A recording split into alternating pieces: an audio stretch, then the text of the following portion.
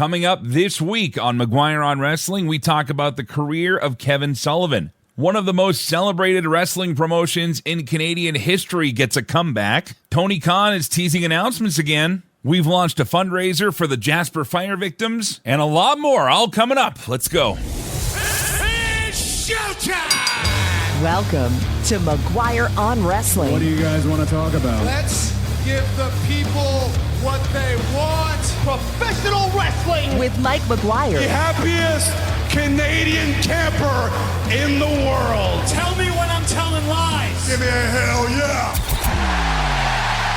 Thank you for being here for another episode, whether you're listening on the radio or online. This is McGuire on Wrestling, a fast-moving hour of pro wrestling talk, both on the business as well as what we see on TV, and a little bit in between. You can find out details about the show, including our other shows, our hosts, our contributors, and more at McGuireShow.com. And while you're there, also a chance for you to be a part of, admittedly, a bit of a silly fundraiser we're doing, all in support of the Jasper Wildfire Relief Fund. Now, that part's not silly at all. The mountain town of Jasper, Alberta, which is just on the border of Alberta and British Columbia, saw wildfires hit it a few weeks ago. Over 300 buildings, including homes and businesses, destroyed. That town, far from being ready to rebuild just yet, but the Canadian Red Cross is there to help out those who need it. So we thought we would try and help out as best we could. So if you go to McGuireShow.com and check out some of the other podcasts we do here, every Saturday there's a show called The Alternate Commentary Table. It's hosted by my friends Mitch and Dimitri, who do the show every Saturday, and they're just a couple of guys who love watching and talking about wrestling. Kind of like just chatting with your buds about wrestling. Kind of like what we do here.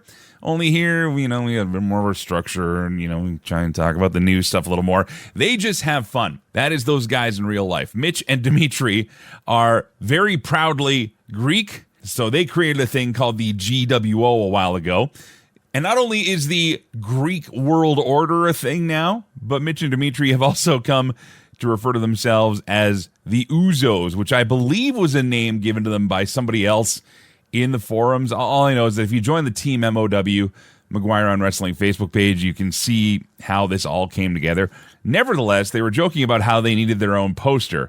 A guy who listens to the show, who goes by Tips McGee online, made kind of a fun little Photoshop. So I decided, let's try and actually do this. I contacted my good friend, artist James Zintel out of Saskatchewan. This guy is hilarious. Just look up James Zintel. It's spelled like it sounds.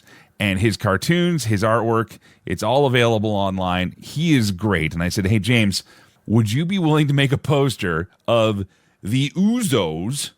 And then we would get Mitch and Dimitri to sign them personally to anyone that orders one. And every penny that we make off this thing is going to go to Jasper Fire Relief. He was in. Poster is great. You can see it for yourself on the McGuire on Wrestling Facebook page. You can also see it at McGuireShow.com. And because we want to keep the cost as low on this as possible, there is no outside developer. I'm literally going to be printing these things up with some donated materials here and then shipping them out personally as well. I'll be taking them up to Calgary to get them signed by Mitch and Dimitri once the orders are done. So if you would like one, head to McGuireShow.com and find out how you can email me directly to order yours. And again, we are going to keep the costs of everything down on this, from shipping to printing. James has donated the artwork, and once you see it, you'll be like, oh, okay, this guy's actually pretty good. Is it something you need in your life? I don't think it would hurt. Would it be fun to have in the garage, or maybe your own little wrestling corner in your man or woman cave? Or perhaps you give it to a friend, a Greek friend out there, and say, what, you don't know about the GW? Whatever you want to do with this thing is up to you. But every penny that we make from this thing is going to go to Jasper Wildfire Relief through the Canadian Red Cross. McGuireShow.com has all your info there. Let's get on with this week's show. We start off, though, with a huge story and a guy who kind of fell through the generations a little bit here, as Kevin Sullivan was very well known to television wrestling fans in the 80s and especially the 90s. If you were a WCW fan, he was all over your TV. He was also famously running some of the things behind the scenes. So we're going to talk a lot today about the life and career of Kevin Sullivan. Before we go on with the show, including special guest Dave Meltzer giving his weekly contribution, and our friend Joe Aguinaldo joining to share some personal memories of Kevin Sullivan, let's get on to the top 5 biggest stories of the week. It is the 5 count. You want to hear the breaking news? Other headlines this week included some interesting news coming from former TNA Wrestling president Scott D'Amore, as he is bringing back the Maple Leaf Wrestling brand of pro wrestling under the name Maple Leaf Pro Wrestling this October. During an appearance on Busted Open Radio, D'Amore explained that the revived brand will look to bring back some of the traits that made the original Tunney family-operated Maple Leaf Wrestling famous. If there's one thing that Maple Leaf Wrestling certainly did, I mean, if you look at it, it was almost one of the territories where, the boundaries were kind of completely down, because you could go to a show at Maple Leaf Gardens and you might see Race or Funk defending the NWA World title, but you might see Bockwinkel or Gagne defending the AWA title, or you might see Bruno or Backlund defending the WWF title. You even had title versus title matches there. Maple Leaf Pro Wrestling is introducing former WWE champion Raj Desi, or Jinder Mahal, TNA Knockout Giselle Shaw, New Japan's Kushida, and former TNA World Champion Josh Alexander to their roster. Their first pay-per-views, which will air on Triller, are being taped October 19th and 20th in Windsor, Ontario. AEW's Tony Khan is up to his teasing announcements ways again this week, saying that the most important announcements in AEW history are looming. Naturally, as it's been heavily discussed over the last little while here, a lot of focus on this tease is expected to be a TV or streaming deal being announced between AEW and their current contractors, Warner Brothers Discovery. WBD made headlines this past week after a calculated devaluation of their cable properties was disclosed. There still has yet to be any confirmation that a deal between AEW and WBD has been finalized, but it looks like we will be hearing something very soon. An administrator in WWE's head office was reportedly let go this past week. Kristen Altman left the company this past Monday and was holding the position of Vice President, Talent Relations Operations since August of 2022. As reported, she had been with the company since 2008. According to the job description, Altman's role included working closely with the execution of WWE's wellness program, as well as assist with recruiting and booking of extras, guest talent, and more. Well, rumors are swirling that Penta, El Zero Miedo, and Rey Fenix won't be renewing their AEW contracts. There's been a lot of talk that the two may wish to go to WWE. Recently, it was revealed that AEW was trying to get a renewal with the two. However, their deal is set to come up later on this year, and with WWE's continued vested interest in doing more international shows, it makes sense that they would go after these two. Of course, nothing's been signed yet, as the two are currently under contract to AEW. However, people are expecting to see some movement soon. And WWE has a new Olympic gold medalist in their Next in Line program. Masai Russell took gold in the women's 100-meter hurdles, winning by just 1/100th of a second. Russell is the 5th American to win the gold medal in this particular Olympic race. She was signed to the WWE NIL program 2 years ago. They call it Next in Line, but it's closely related to the name, image, likeness programs, which have given U.S. college athletes an opportunity to make money from partnering with companies and sponsors.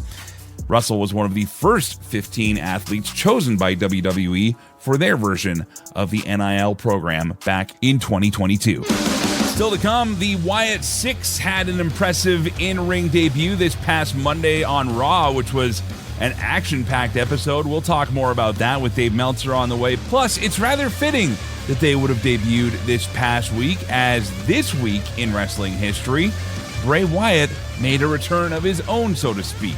That story and a lot more coming up. If you're here, you're a part of Team MOW.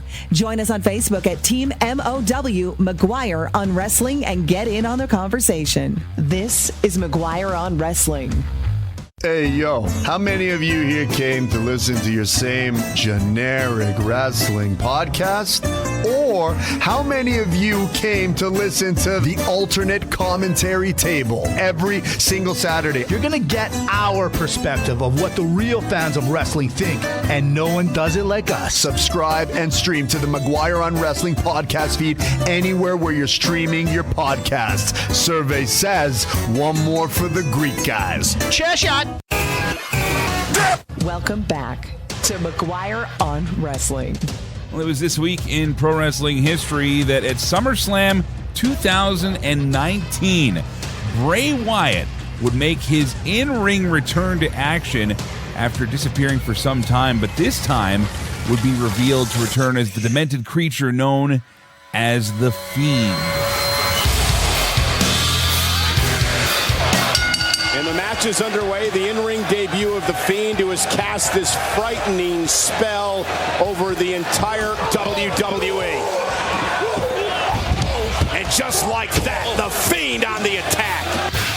Also this week in pro wrestling history, it was on August 11th, 2006, that CM Punk would make his WWE in-ring debut on an episode of ECW on Sci-Fi. This, of course, was WWE's version of ECW. Nevertheless, it would signal the arrival of CM Punk, who would go on to do a couple things, never polarize any audience, and be universally loved by all. Also, this coming Tuesday will mark the anniversary since 2018 of when we lost Jim the Anvil Neidhart. Neidhart, of course, the father to WWE superstar Natalya and longtime tag partner of Bret the Hitman Hart, passed away at the age of 63. It's time for the Wrestling Observer Insider with Dave Meltzer, McGuire on Wrestling. Well, Dave, we start off on a bit of a sad note today, but what a career and what an influence that of Kevin Sullivan. There's a lot of fans in the current generation, I feel, that they didn't get a chance to see a lot of Kevin Sullivan in his prime. So if you could maybe take us back to the start for this guy and just talk about some of the influence that he had even when he first showed up. Yeah, it's really hard because he had a really long career that went to a lot of different places and did a lot of different things. But he was a real student of wrestling. I think that was like one of the keys to him. And a really smart guy, pretty creative guy, tried to learn a lot. You know, he overcame, being short at the time, which was a detriment in most places, and probably detriment to his early part of his career. Not so much when he turned heel. He actually, I think, I don't think it was as much of a detriment at that point. For a couple of years when he was really hot in especially in Florida. And then WCW, it was, he was always around until they kind of decided that the booker shouldn't wrestle. So his feud with Chris Benoit was kind of like his career swan song as a wrestler. And they had a really notable feud. And then he, booked WCW. He booked from, different times, I would say, from 89, because that would have been Dusty left. So probably 89 until probably his last run as Booker was early 2000. Not straight, but a lot of that time, and often part of a committee. He was kind of a lead in that. Obviously, during that period, you had your ups and you had your downs. And I think he pretty much came to grips with both the ups and the downs and kind of understood why probably better than most. I thought that he, when in discussing things with him, he didn't pretend the downs weren't downs. They were right there. Some people try to pretend or absolve themselves. And I'm sure he tried to absolve himself of some of it too, but he was a very noteworthy heel with the devil gimmick. The gimmick certainly worked but it was a down period in Florida in a lot of ways. Florida in the 70s was built on wrestling. And so many of the top wrestlers left because the Carolinas was better paid. This is even before the Vince stuff. Florida was just going down. Eddie Graham, I think, had a pretty bad alcohol problem. And he made Kevin Booker. And Kevin was basically, you've got to draw money now. So he came up with certain ideas to draw money now. They were very hotshot ideas. They did work for a while, and they did fine until once Dusty left, and even before Dusty left, things were starting to go down. But when Dusty left, they never really could recover. But he was like the top heel, with the devil and his crew of guys, Mark Lewin is the Purple Haze and various other weird guys that were part of the crew, and people remember that a lot. I remember him as a kid, as a underdog babyface, good worker. Him and Mike Graham were a great tag team before Steve Kern kind of took that spot. And Kevin went everywhere and a good communicator, nice guy. I mean, certainly after wrestling and even in wrestling, whenever I was around him while WCW was going on, I always, he was charming. And then after, he was a guy who would love to talk to you, loved talking. And then you'll see from different people who were, whether they were fans or other wrestlers that tried to stay in communication with him, that he was really great when it came to that. And smart, and you could learn a lot from him. And he was certainly a guy who was up for learning himself. He never was a know-it-all. So I always thought in that kind of way, he was pretty cool. But I think people don't know the babyface thing, and he was limited in a sense that the size limited him. He was never going to be the top babyface. I never thought he would be the top heel in a company, but he was for a while, and successful at it too. And as a booker, he had some great hits, and not just in WCW, he booked in other places as well. Got that rep for being a really good brawler, excellent brawler, and would go and I remember seeing him with the Mongolian Stomper and Smoky Mountain Wrestling, and they would tear down the house, literally.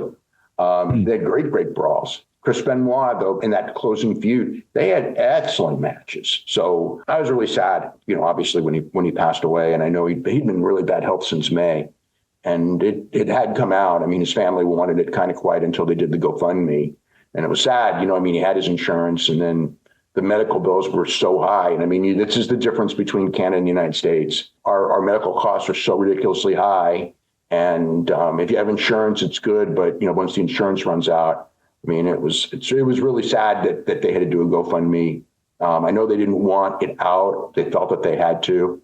And even, a couple days ago when I heard he had taken a turn for the worst, they'd asked me, not to publicize it. Rick kind of did. Ric Flair was very close with him and did kind of mention it in passing. Really distraught, Friday morning to wake up and to that news. Again, this is one of those guys who fans of different generations would have met at different times just because of the length of his career. And our friend Joe Aguinaldo is going to be on just a bit. He grew up watching Kevin Sullivan in those Florida days and in the 80s there. And me being a little younger, I didn't really get to see Kevin Sullivan, especially where I was regionally, because TBS was like a premium tier channel back in the day. For us in Alberta here. And so I didn't get to see a lot of WCW until much later on. So, I got like the Alliance and Hulkamania, Kevin Sullivan and that sort of stuff, which, if you have Hulk Hogan coming in as the red and yellow Hulk Hogan, that's, I guess, what you do with him. But the more stories I hear and the more things that you and I are reading from wrestlers and hearing from people, I'm sure it seems like he was just one of those level-headed guys who had a real passion for the business and could put his best foot forward when it came to trying to do what he could with what he had. Yeah, I would say that. He learned a lot from a lot of different people, especially Eddie Graham. Unfortunately, as time goes on, what you learn when you start, the business changes and the world changes, so you have to adapt. And he obviously did very well with adapting. The thing with Kevin is that when he was in WCW, as a booker, it was a political minefield because the ownership group would replace bookers left and right. And he was very, it's very difficult, to be buddies with Hulk Hogan, buddies with Ric Flair, buddies with Eric Bischoff, and buddies with all this different talent. It's hard. And as a booker, if you want to get anything done there, because Hogan had so much power and a lot of guys didn't want to do things, to get it done, you had to really be buddies with everybody and who didn't like each other and kind of be a middleman. And then it's kind of the thing of like, he's like two-faced or whatever, you know what I mean? Because everybody was watching out for themselves. And so to try and team up with anybody would be impossible in that sort of environment, right? Right. And he was, he was in the Pillman thing, but also being worked in the Pillman thing, and he definitely, because again, during the Pillman thing, I talked with him a lot, probably because he knew that I was close with Pillman. He knew, and he didn't know, you know what I mean? Like, when when Pillman had the accident. You know, I mean, he did not believe that was legit. And look, I didn't either until, you know, Kim Wood, who was, you know, told me. Pillman thought that he was going to have plastic surgery to look exactly like Shawn Michaels and leave for WWF, which at the time, the funny part is that Pillman, before the accident, was leaning towards staying in WCW. And I was always trying to convince him at the time to go to WWF. And, you know, once he had the accident, he did. You know, there's a lot of reasons for that. But they were all convinced he was going. But his goal was to get the best deal possible out of WCW, you know, and figured like teasing he was going to WWF was the way to get that deal, you know, in the middle of a wrestling war. And then, you know, he had the Humvee wreck, and then, you know, that changed everything because at that point it became, you know, his fear of being able to wrestle again, and he never could at that level. But the origination of the Pillman thing was Pillman working with Bischoff and with Kevin, while at the same time trying to work Bischoff and Kevin, which was it's actually quite the feat that Pillman pulled off. Unfortunately, you know, that one didn't have a happy ending. You know, Kevin was a very avid lifter. You know, he competed in bodybuilding contests. He won bodybuilding contests, and you know, was an accomplished power lifter. So, and big time sports fan too. You know, tried to learn. You know, he loved sports, Boston sports. I think it was really cool that the Red Sox. I think it was last night at the Red Sox game. On their scoreboard, they thanked Kevin Sullivan for being, you know, a great Red Sox fan and everything like that. So, and the New York Times did a story on him. I don't think he would ever believe that the New York Times would do an obit on him, you know, because it was like when he came up, the only wrestlers who got obits were, you know what I mean, like Buddy Rogers. And, you know, now many of them do, but I don't think Kevin ever thought that. Like when I saw that, I said, wow, wish Kevin's, you know, who understood what the New York Times meant at the time. Yeah, Kevin, I wish you were alive to see that, you know, the outpouring of support, you know, because he'd been out of the spotlight really since WCW died, other than going to conventions. And the thing where we went to a lot of conventions and he was very nice to everyone. Yeah. And that's where he got, you know, a lot of the modern friends that, you know, where people talk about him and everything, you know, that you see posts from. That's from going to these conventions and just being very willing to talk wrestling and wrestling theory and wrestling history. He loved wrestling history. He was, you know, I mean, like, he was a great guy to talk to. He really was. I was really brokenhearted. I'd love to talk to him because I always enjoyed it. If you're just tuning in, this is McGuire on Wrestling. We have Dave Meltzer from the Wrestling Observer and WrestlingObserver.com. We're looking back on the life of Kevin Sullivan, again, legendary wrestler, booker, contributor to wrestling. I mean, there were people telling stories all the way up until just before he got things turned for the worse here. But, you know, it's funny. Next week, we're going to be airing our special on Leo Burke. And so it feels kind of sad to be asking this question again here. But we've already talked about Leo for that special. But a question that I like to ask about Leo, I'll ask about Kevin, who is obviously much more known than a Leo Burke. But if you had to explain again to a new fan who is just trying to figure out why this Kevin Sullivan was so important. I mean, you've covered some great subjects here already, but if you could wrap it up in one consummate phrase of how you would describe Kevin Sullivan to the fan who had never heard of him, what would you tell that person? I mean, it's hard because my memories of Kevin Sullivan are more of, you know, just a guy. I mean, it's a guy you really could learn from, but also he could learn from you. He was a learning sponge, you know, which you know, a lot of people aren't. And very, like I said, very, very charming in the sense of he would put you over to yourself. You know, he was a good people person. He was a good people person. I mean, as far as a performer goes, he was a tremendous heel. You know, I mean, like really all the way heel in Florida, and came up with like some of his ideas he came up with, like bringing in someone to play Dusty's sister and throwing ink in her eyes, and the whole Midnight Rider thing, which had been done before, but really at a different level when Kevin booked it. You know, really memorable, you know, at a time when Florida wrestling was struggling. And then, you know, I mean, the WCW, there were some glory years there. And, you know, to play in that minefield and survive. And then when WCW was going down, I mean, he was, you know, he couldn't save it. I mean, no one could at that point. I mean, when he got the book in early 2020, and it was like, I remember talking to him, and it was just like, they've done all this bad stuff for the whole last year. And now, you know, we got to figure out how to get it back on course. We have to settle it down, and the ratings are going to go down. And they did. and they had to have patience, which they didn't. I mean, it was bad in early 2020 because it was down. It was just down, and solid booking wasn't going to be the answer.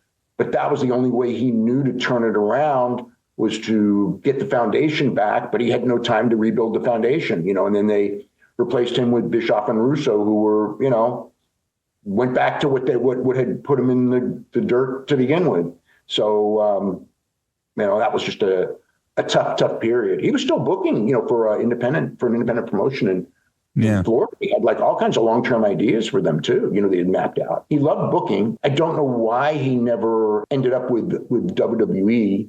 I really don't have a good answer for that. They said, Gerald Briscoe said that they would call him, and he just wasn't interested. So he was living in, in Eastern or Western Washington, I believe, on the islands. And, he would come to conventions and do autograph things, and just a nice guy to everybody. Well, there you have it. A little perspective. We'll talk more about Kevin Sullivan as the show goes on here. This is McGuire on Wrestling. That's Dave Meltzer from the Wrestling Observer and WrestlingObserver.com. Dave, we're going to take a quick break, and we're going to come back and talk about some of the recent happenings, including the most important announcement in AEW history. Possibly. That's on the way next. This is McGuire on Wrestling.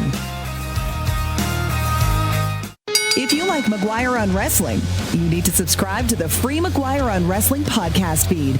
Not only do you get access to the show a day early, but you also get free bonus content every week. Share a laugh with Mitch and Dimitri on the alternate commentary table. Oh, I'm Cody Brown. Suck at me. Now, if this was Damian Priest, he'd apologize. He probably would have apologized. Follow along with the film career of one of wrestling's biggest stars with We've Seen a Movie. Basically, I'm just watching John Cena play his wrestling character. If John Cena was a raging alcoholic Atlantic City mooch before this. Get all these shows, exclusive interviews, and more for free by subscribing to McGuire on Wrestling, wherever you get your podcasts. Welcome back to McGuire on Wrestling. We're back with Dave Meltzer from the Wrestling Observer and WrestlingObserver.com. Dave, the weekend headlines this weekend, Tony Khan teasing some of the most important announcements in AEW history coming up. This is after a bit of a rough press week for WBD as far as some valuation of their networks went. First of all, can you explain that to us who just see this like $9.1 billion and go, what the heck does that mean, and how that could impact what moves forward with AEW here? Well, they basically felt that the value of their cable network had diminished by $9 billion. And they just were trying to explain it and say that's what's going on, and it really hurt the stock. It was a reality. The reality is that cable TV is doing very, very poorly. When you see, one of the things when you see numbers, and WWE has totally bucked the trend. AEW is not. But if you look at like just the number, like I always try to emphasize to people, and for whatever reason they don't get it, is that if you really want to know how a show is doing, you look at how it's placing. Because cable TV is going down. So you look at how it's placing. And the thing is like a number that would be like number 15 a couple of years ago would now be number 1 today. That's how much it's gone down. And so that's the reality. And the ad revenue is down. People are spending, big companies are spending more money on streaming and less money on cable. Cable's in trouble. And WBD is a very cable-heavy business. It was basically the Discovery Networks and the CNN, CNN, True, TBS, TNT. Those networks that were, CNN used to be a giant powerhouse. Right. Its numbers are anemic. Compared to years ago. But even now in a big news period, it's like the CNN's almost never top 25, for the day. That's just the reality of, and then WBD's taken a hit, and AEW is a WBD property. They're free to negotiate elsewhere. There's no restrictions on them negotiating, and there are places that would be better served for them, but the only one I could come up with is ESPN. It'd be hard to do weekly TV. They'd be great for streaming. They'd be great for pay-per-view. But for weekly TV, it would be tough to be in the spots. But they would draw much higher ratings on ESPN than they would on TBS and TNT. But, I presume that the deal is going to be with TBS and TNT. I mean, that's what everyone seems to think. And obviously, like the biggest, the big announcement's that deal. And how much they can get for that deal. That's the biggest announcement in AEW history. That is going to determine, we're going to determine whether AEW is a success or a failure. If failure is the right word, but we will determine if AEW is a success with this deal. It can be a mid-level situation, but it's hard. Their ticket sales are weak. Their pay-per-view, has been good. The last one was a little disappointing, I think, as far as numbers go. Overall perception is taken a real hit, and people listen to that. So it's been a tough thing. If they get the right deal, they're a success no matter what anyone says, and no matter what anyone said for the last 5 years. That's why I've been telling people, that want to jump to the gun, and I go like, you want to call them a failure, please hold off until this deal is done, because you're going to look like an idiot if they get the right deal. If they don't get the right deal, then you can look smart. They could end up being a big success any day now when the news is out, just like with WWE, when not so much these negotiations, but the ones before, their business was down across the board. And those negotiations they had the last time were big increases. These ones, their numbers are strong. Their dates are great. And, they got increases, not as big as they expected, actually, or as big as Wall Street expected. But overall, the success of UFC and the success of WrestleMania and the big shows and getting rights fees for big shows.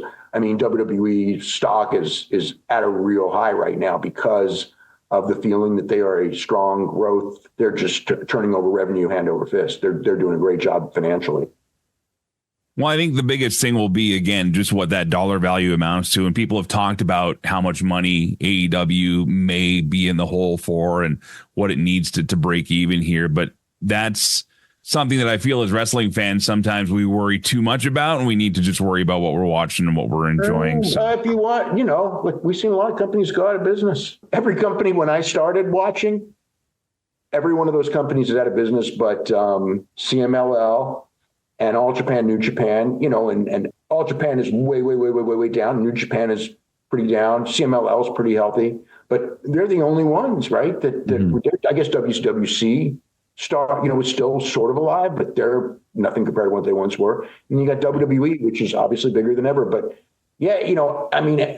every company eventually goes out of business, and it's or almost every company. And so if you're not concerned or don't realize, the business is the reason that they do or they don't. So that's why, I learned at a young age when Roy Shire went out of business and when roller derby went out of business and all these things that I grew up on that I loved, they go away if people stop going. So you better pay attention to if people are going or not. Well, we'll again see what happens here as we wait for the most important announcement. Nevertheless, let's move forward here.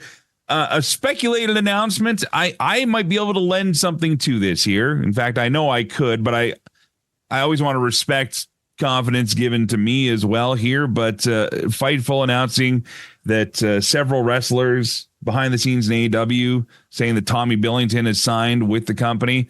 But I can tell you this actually happened a while ago. Yeah. I pretty much, and it might have even come from you, but I pretty much. When certain people were talking to me about him, when they started giving him the little hope spots on TV, I was pretty much assumed that he was going to wind up there. I'm pretty sure I alluded to it when he had that first big match with Dax, and then when he had the return match in Calgary. I was there for it. When they had the match in Calgary, I think it was pretty clear that they were going to do something with him. So yeah. And that's. Again, I don't want to get into specifics because it's not my business. I know he is talking about, but if you follow the bouncing ball here, it's pretty clear to see there is a deal there. They're not pushing somebody on television that they have no intention. Exactly. Once he got pushed on TV, it's like Ross and Marshall Von Erich. Yeah. Once they got pushed on TV, it's like there's a deal, obviously. I knew about it before and I wrote about it, but it's like if you see a new guy, Action Andretti, remember when? Yeah, exactly. When he got with Jericho, exactly. It's like he had secretly signed months ago on the advice of Jericho. It's like when you see a guy in that position, it's like, okay, Tony's got some ideas. Now, the thing there is there's so freaking much talent there, and it's so hard to break through, and it's the same in WWE. But in WWE, because of NXT, they can put you in NXT and, protect you and still give you reps and stuff. Whereas if you're in AEW, it's like you don't get your reps unless you're a top star. I wish that they could figure out something, maybe a deal with sending guys to New Japan. Obviously they send Anna Jay to Stardom, maybe send guys to CMLL even, but it's a different style. I'd like to see them make some deals with independent companies, where they just send their guys, their young guys, the Dante Martins and people like that, just because they need the reps to get better. Right now, most wrestlers, because WWE's cut so far back on house shows, most wrestlers in AEW and WWE are basically, if they're lucky, getting a match a week, and most of them are getting less than a match a week. And it's like, it's fine for the veterans because they all grew up and they've had their matches and they have their experience. You know what I mean? But when we have this next generation of guys, it really hit me that the guys from Japan and the guys from Mexico are going to end up much better workers than the guys from the United States, except for the ones, if they can work in, indies. And the indies aren't as big as they used to be. You don't really see guys working 4 or 5 times a week on indies like you did 6-7 years ago. The guys who are going to improve the most are the guys who are going to get the most matches. And to do that, it's really, Mexico and Japan, those guys are still working full schedules. And, I look at those young guys in Japan and see how much they're improving so fast. And in the United States, we don't have those people improving at that rate because they're not getting enough matches, even though they're, the performance center guys getting great coaching. It's still a different thing. I'm watching these New Japan guys at the same level of experience. I'm going like, they're so much better than the performance center guys. It's not even close. And the reason is because they're out there doing their, they're at least getting 3-4 matches a week rather than maybe 20 a year. Something else that could be argued for that too is that it might teach wrestlers to work a little safer. And by that, I don't mean not taking high risk spots and everything, but let's face it, when you were out 4 or 5 nights a week or even 6-7 nights a week, like just doing constant circuits here, that's what made guys and girls slow down a bit, was because they had to do it again the next night. Whereas now you can't kill yourself with the idea that I may not have another match for 2-3 weeks. Exactly. And that's what I mean. Like now they're so spaced out. It's like, if I get hurt, whatever, I probably won't wrestle again for another month, So it's funny because the injury rate's actually, with guys doing less matches, the injury rate is higher. And, if you watch the matches, you know why that is. Yeah. Because like you said, they're not worried about having to make sure that they wrestle the next day. It's like my next match is in 2 weeks, 3 weeks. And then on pay-per-view, it's kind of like, this is the big one, which is good. As a fan, you're getting really crazy matches. Very exciting matches. But yeah, it's,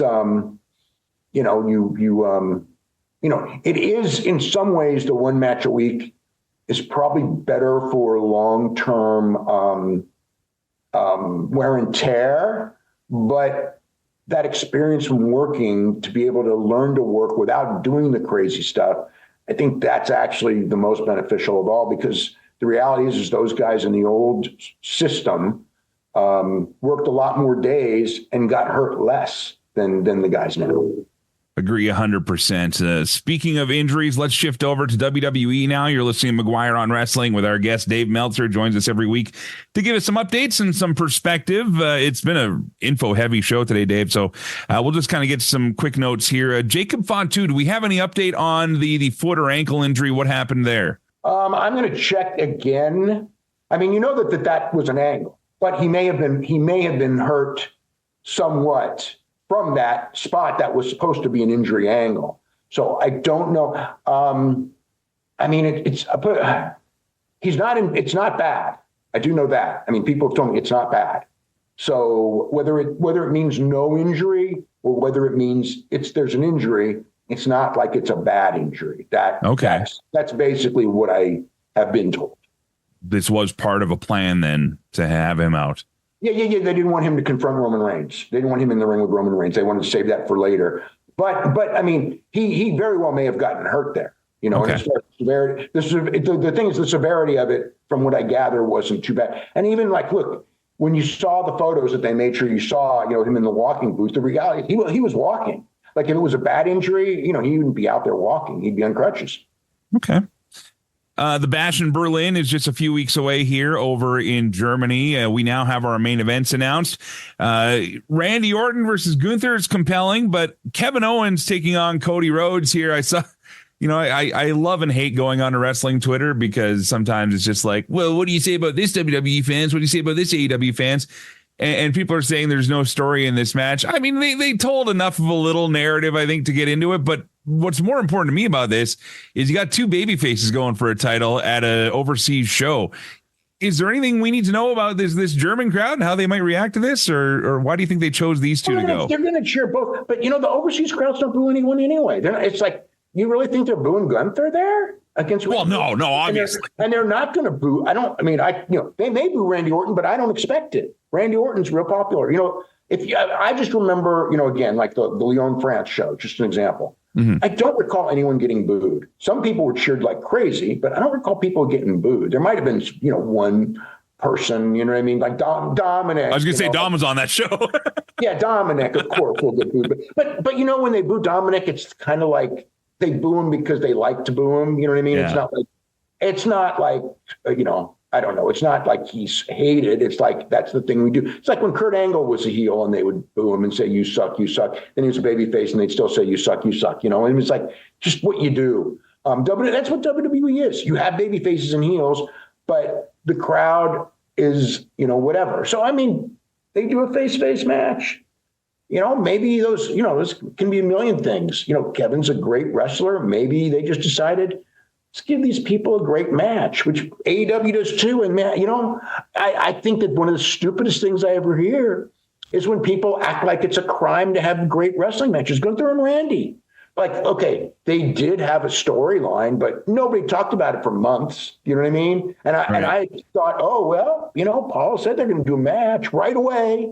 And they didn't do it. And then all of a sudden, it's like months later, it's like, oh, yeah, we got this. But you know what? Yeah, you know, they're going to go out there and they're going to have a great match. And it's not a crime to produce great wrestling. Some people, I think, because they hate AEW so much, they come up with this rationalization that it's, you know, a crime to produce great wrestling. It's a good thing, you know, and those will be, look, Kevin and Cody, they're going to have a great match. Well, you know, though, it goes in all directions. Everybody's going to find something to complain about. I mean, I remember when, and this might have been legit, though. I mean, when Daniel Bryan was announced to have his comeback match, first match, and it kind of came out of nowhere against AJ Styles, and you're like, okay, this is awesome. But, you know, he didn't really talk about it until after it happened. But either way, it's one of those things. That's what pro wrestling does, and that's what we do. But what you do is you talk about it a lot every week in the Wrestling Observer newsletter, which people can get at WrestlingObserver.com. And Dave, what are some of the things that you've written about lately that people can read? You know, it's very SummerSlam oriented, going through what was coming out of SummerSlam, the stories of SummerSlam, the business of SummerSlam, which did some really great business, some records that which should have gotten a lot more pub than they did. You know, a lot more, but they're in there. Just coming off SummerSlam and the Raw after, first of all, really hot show. Any news on Seth Rollins? Seth Rollins is really injured. Okay, so he's out for a while. But he's okay. So it's like the Seth Rollins thing. He's cleared. Okay, he's cleared. He could wrestle, but it was a way to give him time off. Okay, you know, and same with Dakota Kai. Both of those were angles to cover to give them time off. I was surprised they would shoot so strong at SummerSlam, Seth Rollins and Punk, and then immediately pivot to Bronson Reed. Mm-hmm. I thought that was interesting because it kind of made me feel that whole SummerSlam match was even more disappointing than originally I thought it was, because it's like, okay, I get it. If everything's to go right to Punk and Seth Rollins at the next pay-per-view, I guess that's the way I would do it. But they're not even doing that, you know, right. And then they put Reed is like now a bigger match for Rollins than Punk.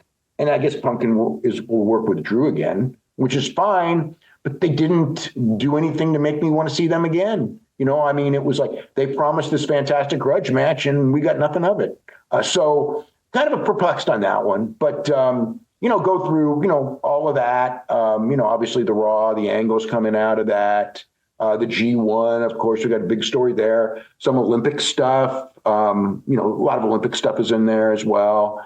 And, the ratings was big news this week. It really was, and covered that. And it's like, it's a little overblown because of the Olympics, but there are absolutely certain things that are concerning that I wrote about in detail. It's not like, okay, it's the Olympics, they're bad, which at first glance, that was my first glance. But once I studied, it's like, there's some problem. There's some problems here. But, of the build to All In, and all that, we go into all that too. And, so yeah, just everything that's going on. N1 tournament, WWE sending talent to other companies, AEW sending talent to other companies, CMLL with MJF, MJF going to England, a lot of stuff. Well, there you have it. He is Dave Meltzer from the Wrestling Observer and WrestlingObserver.com. Dave, like everybody else, I will be waiting for the montage package circa Hogan Earthquake with the locker closing on a Seth Rollins t-shirt, if we have that for him and Bronson Reed. But until next week, Dave Meltzer, thank you very much for your time, sir. Appreciate it. Anytime. Coming up, we wrap up this week's show with some more information on how you can help our Jasper Wildfire Relief fundraiser, as well as our friend Joe Aguinaldo comes back to share some of his memories of Kevin Sullivan. Thanks for listening to McGuire on Wrestling. To be a part of the show, follow our social media or leave a tip. Head to McGuireShow.com. This is McGuire on Wrestling. CKXU-FM 88.3 in Lethbridge is Southern Alberta's true alternative radio station. The cream of the crop! Nobody does it better. Proudly carrying McGuire on Wrestling every week. Yeah. If you're looking for something different to listen to, this is going to be a slobber knocker! Check out our NCRA award-winning lineup of programs or stream us anytime at CKXU.com.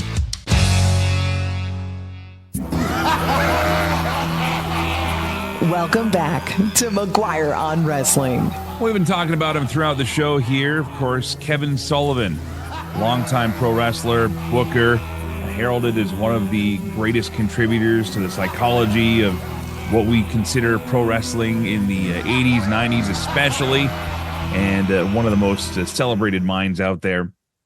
Joe Aguinaldo here to join me now to talk a little bit about his memories as a fan watching Kevin Sullivan back in the day. Joe, thanks for being here again, buddy.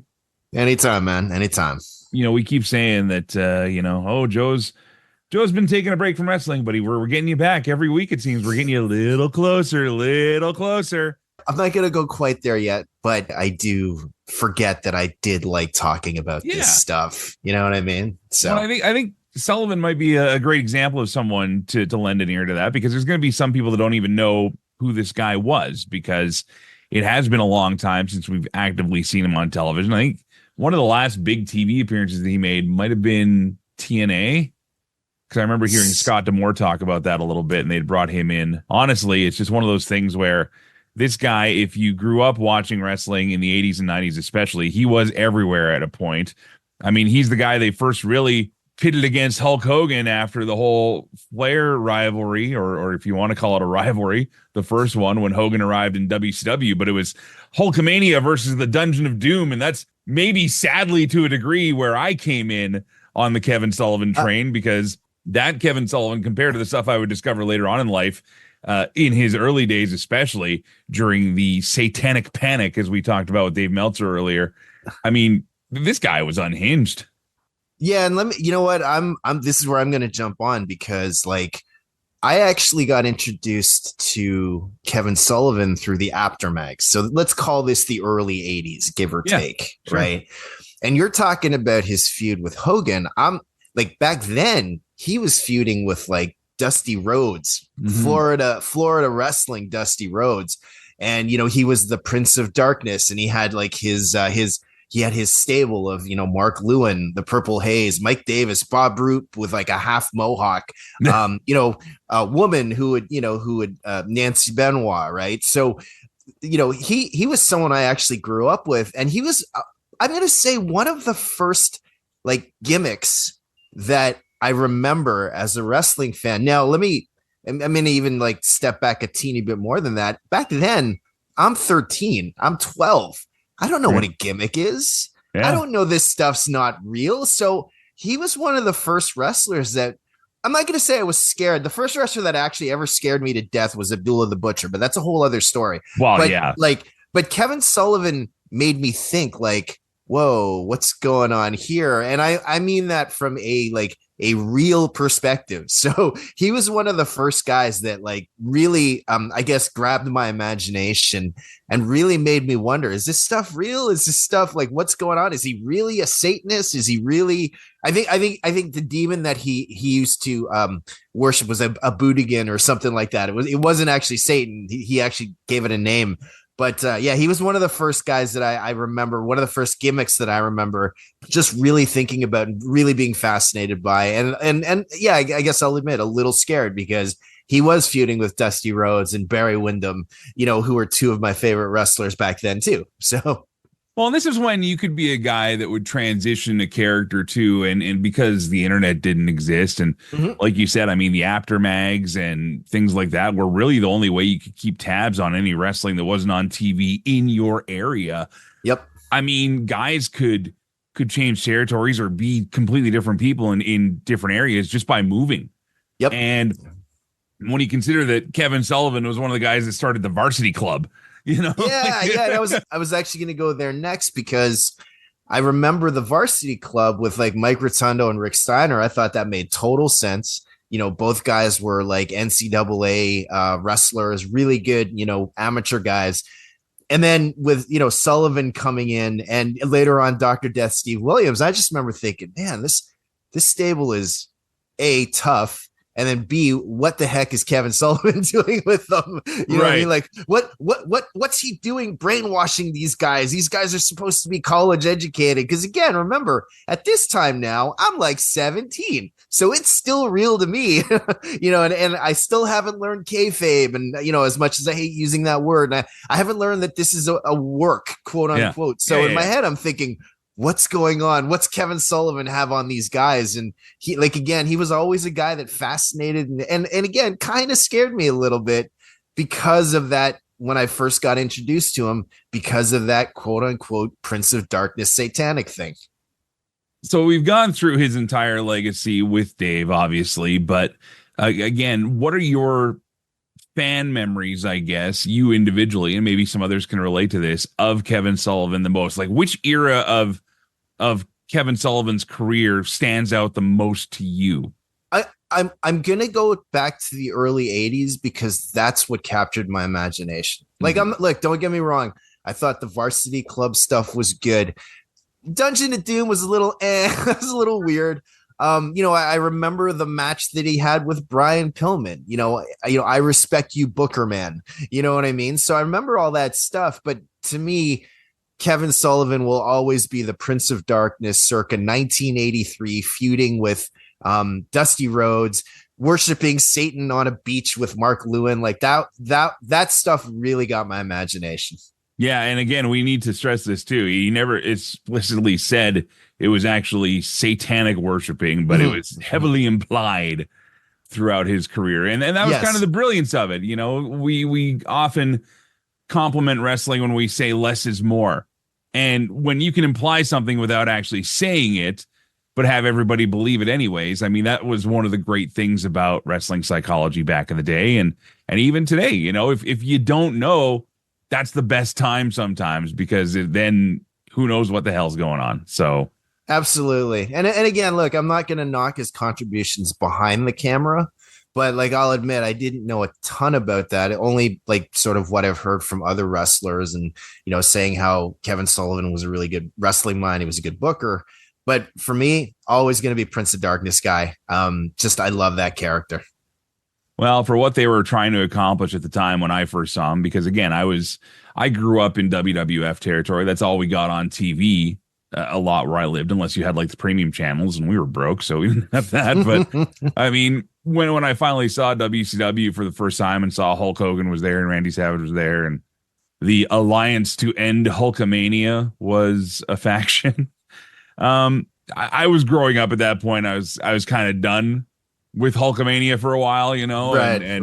It was very campy, very cartoony. But again, like we talked about, I mean, I could see where if you go back in time on this guy, like he would just be completely deranged. I mean, I don't think you can get away with half the stuff that he did back then today. No. And at the same time, you know, it's a fine line between being convincing and campy. And I think for the early part, he definitely lived on the convincing side. And then it definitely got much campier as time went on. Yeah, I think like the Dungeon of Doom was, and again, with much love and respect, but that's, you know, like now I'm hitting my early 20s, you know, mid 20s. And this is where I started getting quote unquote smart to the business, as they say. But now I'm thinking, oh man, like that stuff's silly. You know, I thought the Dungeon of Doom stuff was, you know, like it was okay. But again, like for me, early to mid 80s, Kevin Sullivan, I love that character. Well, again, going through the life and times of Kevin Sullivan here, Joe Aguinaldo joins us on McGuire on Wrestling. And again, it's one of those things where this is a guy who many in our generation might not be as aware of. It was 2003 that he made that appearance in TNA, by the way. Like, that's how long ago it was. Yeah, it's a long time. But nevertheless, definitely one of the most interesting characters behind the scenes. And I want to go ahead and say this, too. He had to put up with a lot of crap after the whole Benoit saga, and I don't want to talk about that at all.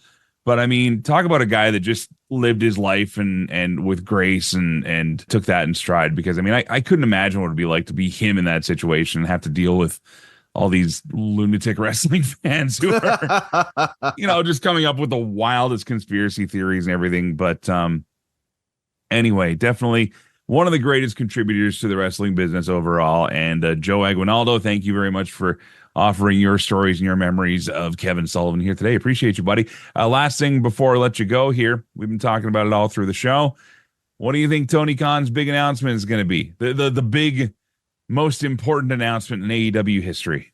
The big announcement. I mean, I guess the obvious answer is it's like a television deal. Right. That would be the obvious answer.